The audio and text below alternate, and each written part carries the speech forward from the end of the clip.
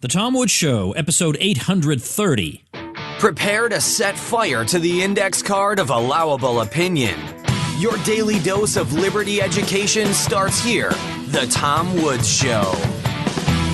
If your homeschool program is making you crazy and running you ragged, don't wait till next term to fix it. Check out the self-taught Ron Paul curriculum right now. Plus, get $160 worth of free bonuses when you join through my link, ronpaulhomeschool.com.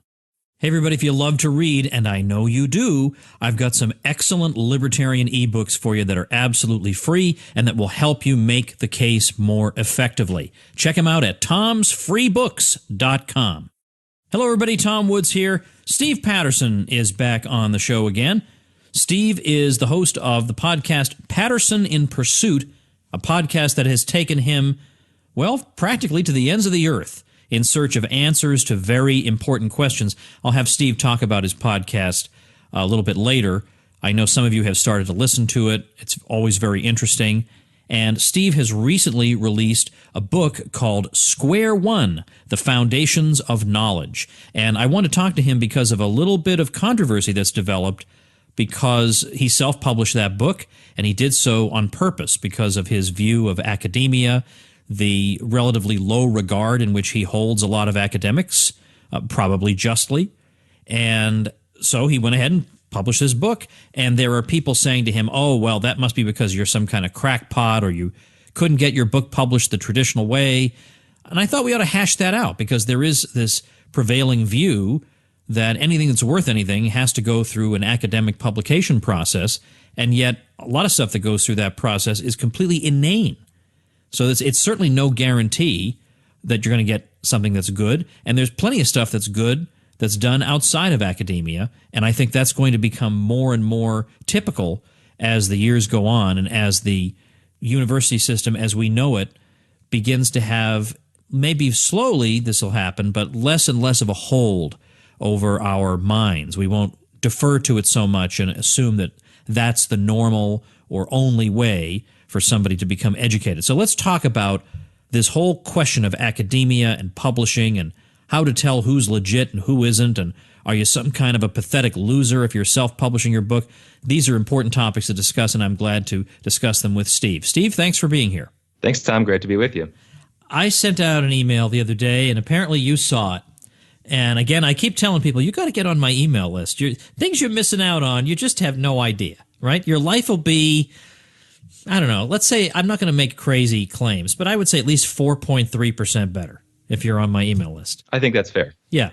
So I wrote this email about a bunch of things, but it really converged on the question of academic publishing and self-publishing. And I quoted a certain economist who I think will just remain nameless because I don't feel like launching a civil war here, but as saying this, and this is a statement that you, of course, have a real interest in discussing. And his statement was, it's simple, really. If you self-publish, that signals one of three things. 1, you are too lazy. 2, you are too arrogant. 3, you know your work sucks so much that you refuse to subject it to the normal process of blind peer review. Or 4, you submitted it to that process, it got strongly rejected, and you threw a temper tantrum and published it yourself. And then continuing quoting this person, in all cases, that's a strong signal about the quality of the work. In a world where my time is scarce, that signal is so strong that it's a perfectly rational reason for me to not bother with said book. Now, Steve, I hope you'll permit me to just continue for one more minute. Certainly. And give you my sort of response to this guy. I have a much more elaborate response, but I said, now this is from someone, namely this economist we've just quoted, who has published several books the traditional, respectable academic way. His most recent book retails at $120, and its Amazon sales rank is 1,746,128. This is a person who wants to lecture other people about book publishing? Who is still publishing $120 books with traditional publishers? Could it be someone who is, dare I say, lazy, or just unoriginal, or not bold enough to rely on the strength of his own name and reputation? If you want to write $120 books no one ever reads, then by all means go the conventional route and disparage self-publishing. But as someone, namely myself, someone who's done both, I've self-published and I also have my books published with Basic Books, Random House, and Columbia University Press, I say there's no shame in self-publishing. Yes, it can mean your book is crummy, though plenty of traditional publishers release crummy books too. But it can also mean the author wants, 1, higher royalties, and 2, a retail price people might actually pay, and has enough marketing savvy not to get snookered into having his book's retail price set at $120 by some creepazoid publisher. No shame in that. So that was my commentary. Tell people how, first of all, how this commentary might be related to something you're doing, and then I'd like to get your comments on what this person said. So I love the commentary, Tom, and it is a demonstration of how an entrepreneur thinks versus how an academic thinks. So when I read that email, it gave me a great deal of joy because that particular economist was talking to me on my Facebook wall about a book that I self-published. Well, how about that? What an interesting coincidence, Steve, that I happened to come upon that passage. I'll just leave it there. Yes, and it is one of two things. It's either the case that he's telling the truth, that that's genuinely how he perceives, it's one of 3 or 4 options, in which case that I don't think that is a very, I think that reveals maybe more about his own entrepreneurial thinking than he intends. Or 2, he's not telling the truth, in which case that also I think reveals a bit more than he intends. When you are outside the academy, as you and I are, it is very, very clear the direction that the world of ideas is going. It's going online.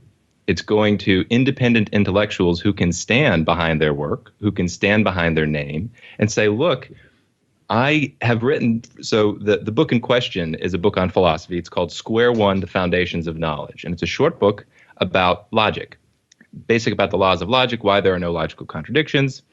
I've been working on the ideas for about a decade, and I thought, okay, now's the time. I'm going to get it published. I'm going to get 70% royalties if I publish it myself. I'm not going to have to go through any of the academic hoops I got to jump through. It's going to be great. Well, those in the academy find it impossible to conceive that anybody could publish something as highbrow as philosophy outside of their system. They think it must mean, as he said, it must mean that either the quality of the ideas is terrible, or to give you a literal quote, one of these academics called me a self-delusional crackpot. That's an actual quote, because these people cannot conceive that you can actually meaningfully contribute to the world of ideas. Do your own research. You can do your own publishing. You can do your own marketing. You can do your own communication. You can do your own speaking. Set your own prices outside of the academy. Yeah, so you are doing something very radical in a great sense, and it's something that I do.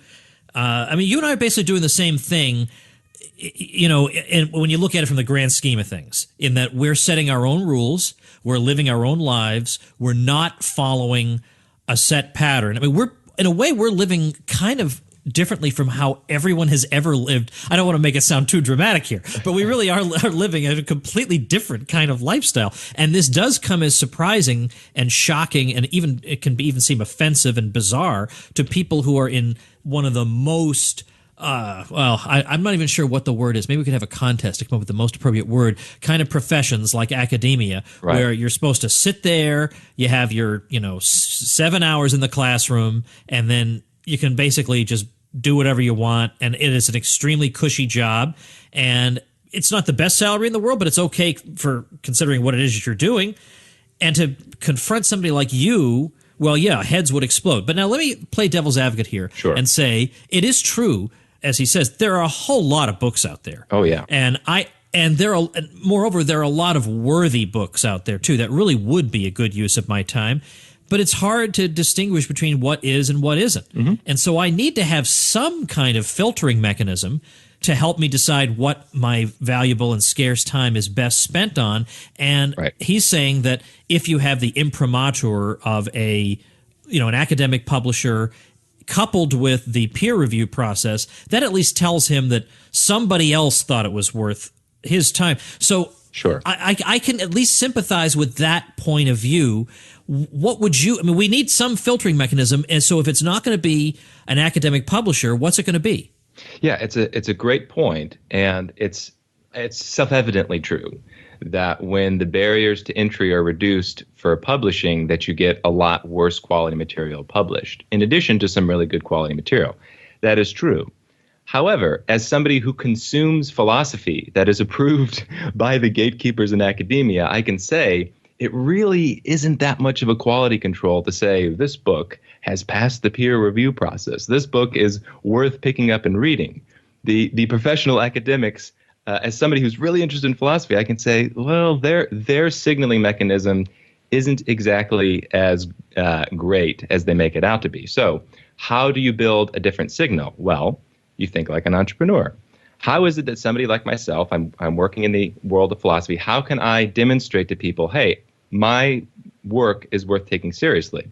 One way that I've answered this question is I have a podcast where I'm currently traveling the world with my wife, interviewing intellectuals from elite universities like Harvard, Oxford, Stanford, Berkeley, Columbia, Cambridge, almost all of the biggest name schools in the world. I'm having one-on-one interviews with top-level professors about ideas.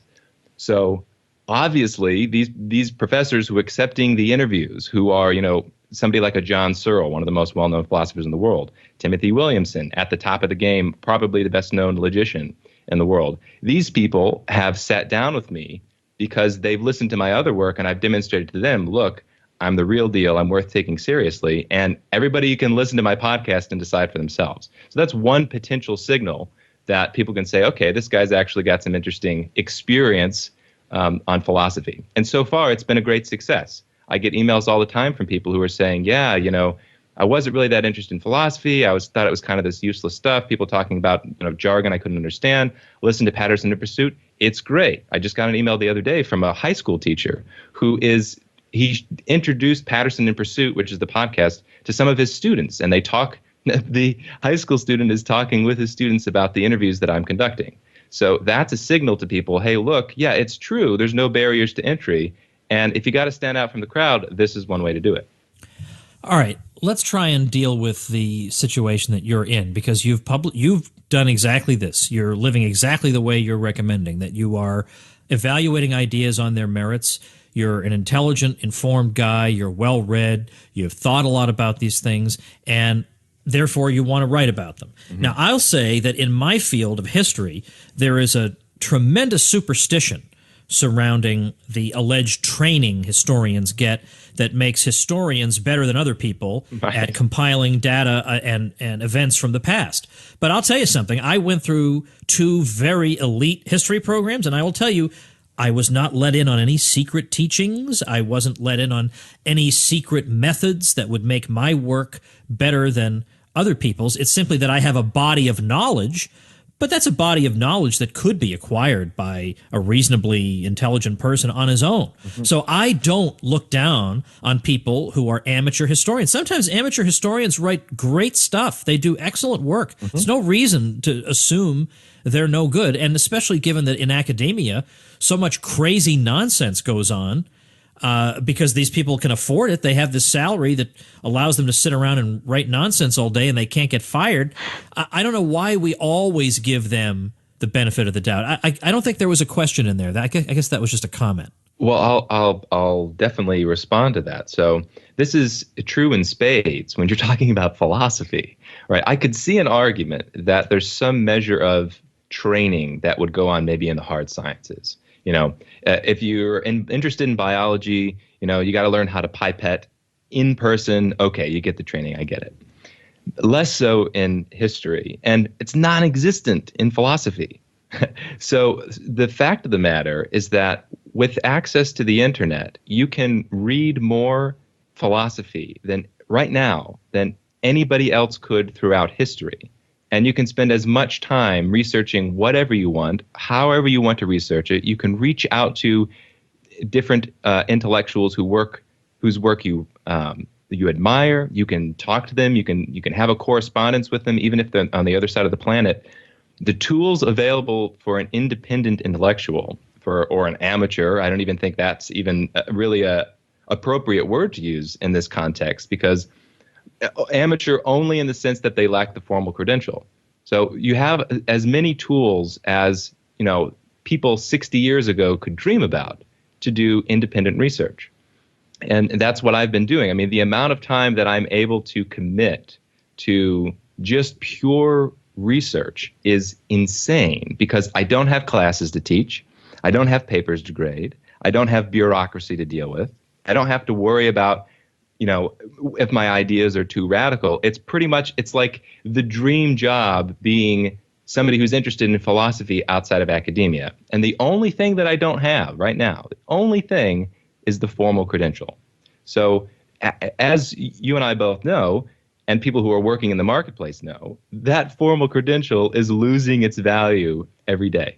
It's losing its signal that, oh, hey, if you got your BA, it means virtually nothing. If you have your PhD, it means, okay, well, you have a little bit of patience to sit in class. Maybe you're good at writing papers. But in terms of producing things for the marketplace that people want to consume, really doesn't mean much. So I honestly foresee a future where most of intellectual life is going to be taking place online, because it's superior in almost every way. And there's just so little that you get from going to the university system that can't be replicated even better online. Well, totally agreed. Totally agreed for quite a few reasons. Now, let's talk about some of the topics that you're exploring. And first of all, can you tell me, is it okay if I tell people where you are right now? Yeah, of course. I'm in Auckland, New Zealand. Okay, so you're talking to me from New Zealand, which, by the way, itself is a miracle, if you ask me. Right. And there's none of that awful lag that you used to have with these long international calls, the audio lag. We can just talk, and it's very comfortable. Anyway, and free. And free. It's just a miracle. What exactly brings you there in particular? Who are you talking to there? Mm-hmm. So Julia and I, my wife, have had a very ambitious plan for a little bit more than a year. Our idea was, we don't have any kids yet, and I've got this podcast series, so why don't we take this small window of time to travel and see as much of the world as we can, interview as many people about as many big ideas as possible, and then once the journey is done, maybe we can settle down a bit. So that has taken us through, I think, 6 countries in Europe, and now we're going, like I said, we're in New Zealand now. And then we're going to go to Australia, then Japan, hopefully South Korea. I might go to Thailand and India to talk with people about Buddhism.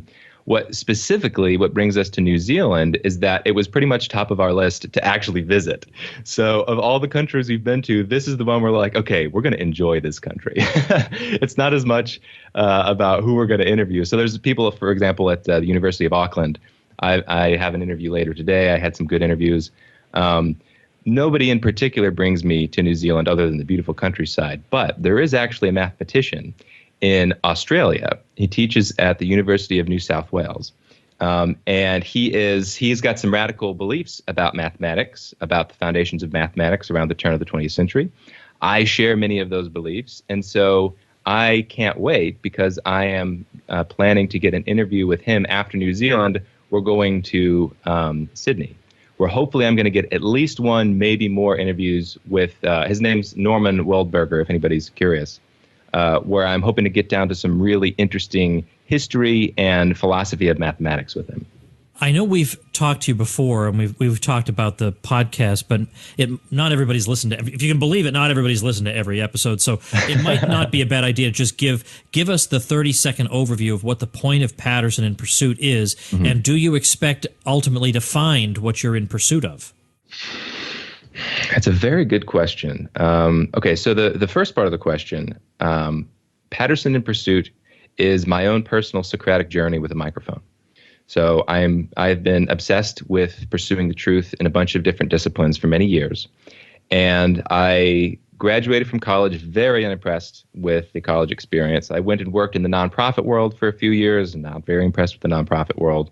I thought that's where the world of ideas lived, was in academia. That died. I thought maybe it was in nonprofit world. That died. So I figured, all right, I got to do this myself.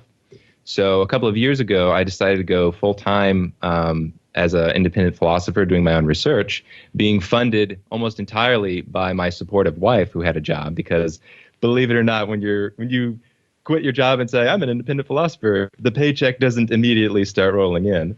And so I decided, all right, a really awesome opportunity would be to couple these conversations that I'm having with people and record them. Like, let's get a microphone in there, because I've had really, really interesting conversations with people for years. It's for my own benefit, and it's in person. I figure other people can benefit from this. So far, it's been very much a success. People like my own personal approach to talking with these intellectuals about everything from philosophy to math to science to religion. That's one of the big topics, to politics and economics.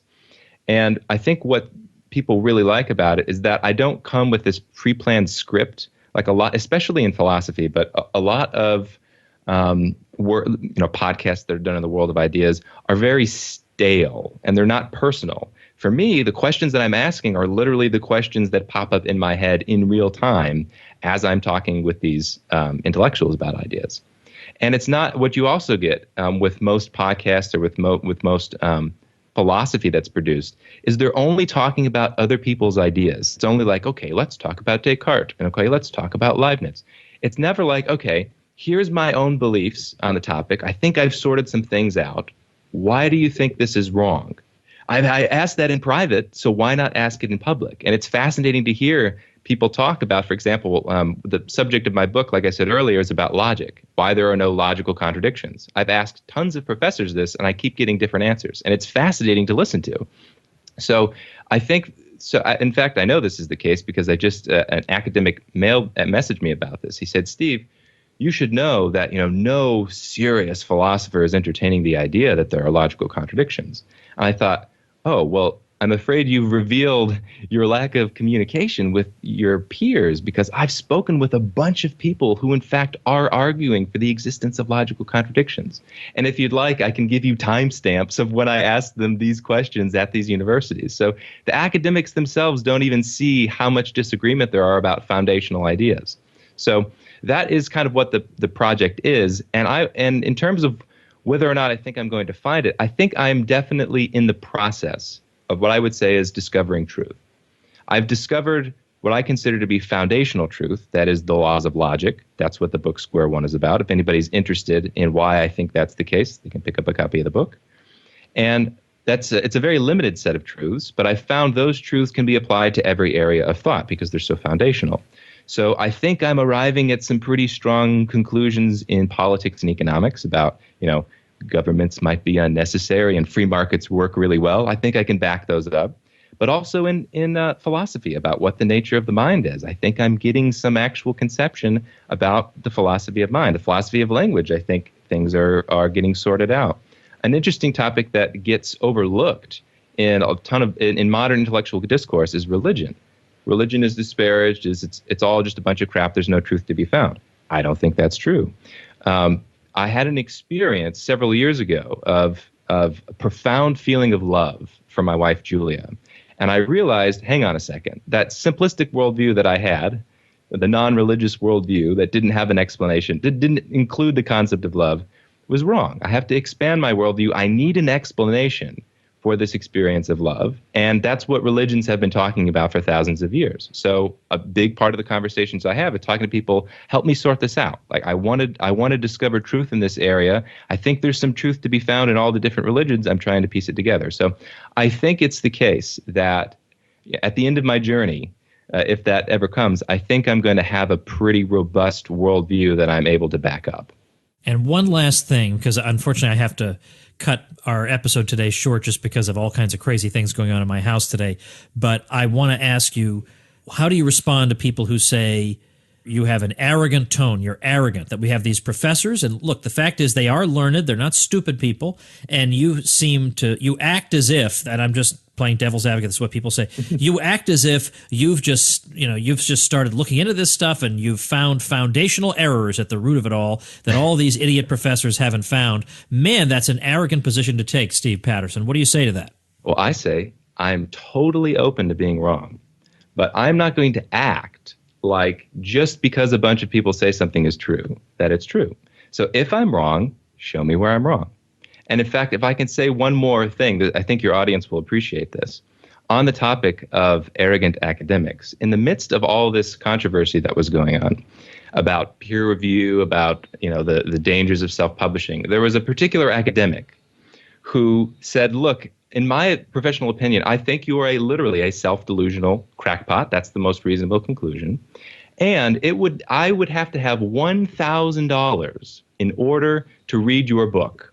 That's what he said, out of the blue. It didn't ask him. He just swooped in to let everybody know, this guy really isn't worth my time. You'd have to pay me $1,000. And then he kept insisting. And he said, but if you do pay me $1,000, I'll write a 1,200-word review, and I'll try to get it published in an academic journal, and I'll publish it online. And at the time, I thought, this is just standard arrogance, standard, virtue signaling, you're not worth my time, whatever, just kind of trying to mock me, essentially. But I got some wise counsel from my wife and from other people who said, Steve, this is an awesome opportunity. They said, take him up on it. Make him actually review your book, pay him the $1,000 and see what happens. So I thought, well, first of all, I don't want to pay him the $1,000. So what I did was I started a Kickstarter. So right now there's a Kickstarter. It's called Fund Jason Brennan's Review of Crackpot Philosophy, where I am putting my foot down and saying, look, you mock those people outside of academia. You think they're not worth your time. Let's see what you actually have to say about my ideas, not about my character, not about my arrogance, not about the peer review process. Put your money where your mouth is. That's what I've done. Let's see your analysis of the ideas. And so far in like 2 days, we've raised like $300 to go towards getting him to review the book. So I think there are people on two sides of the camps here. There are people who would like to see independent philosophy and independent thinkers crushed because they're outside the system. And there's a heck of a lot of people that would like to see those inside the academy get something stuck in their eye. To say, look, actually, you can work in the world of ideas outside of academia. So if anybody's interested in that, you can go to my website, steve-patterson.com, and there's a link to an Indiegogo if you want to contribute to that campaign. All right, very good. Tell me again the website where people can find out more about you in general. Yeah, it's steve-patterson.com. They've got a bunch of my writing there, and I also have a YouTube channel, youtube.com/Steve Patterson.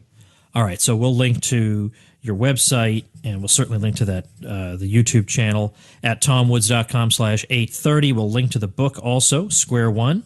Just jotting all this down, make sure I remember. All right, so going to be a Steve Patterson smorgasbord at tomwoods.com/830. Well, enjoy your travel, Steve, and look forward to talking to you again soon. Thanks so much, Tom.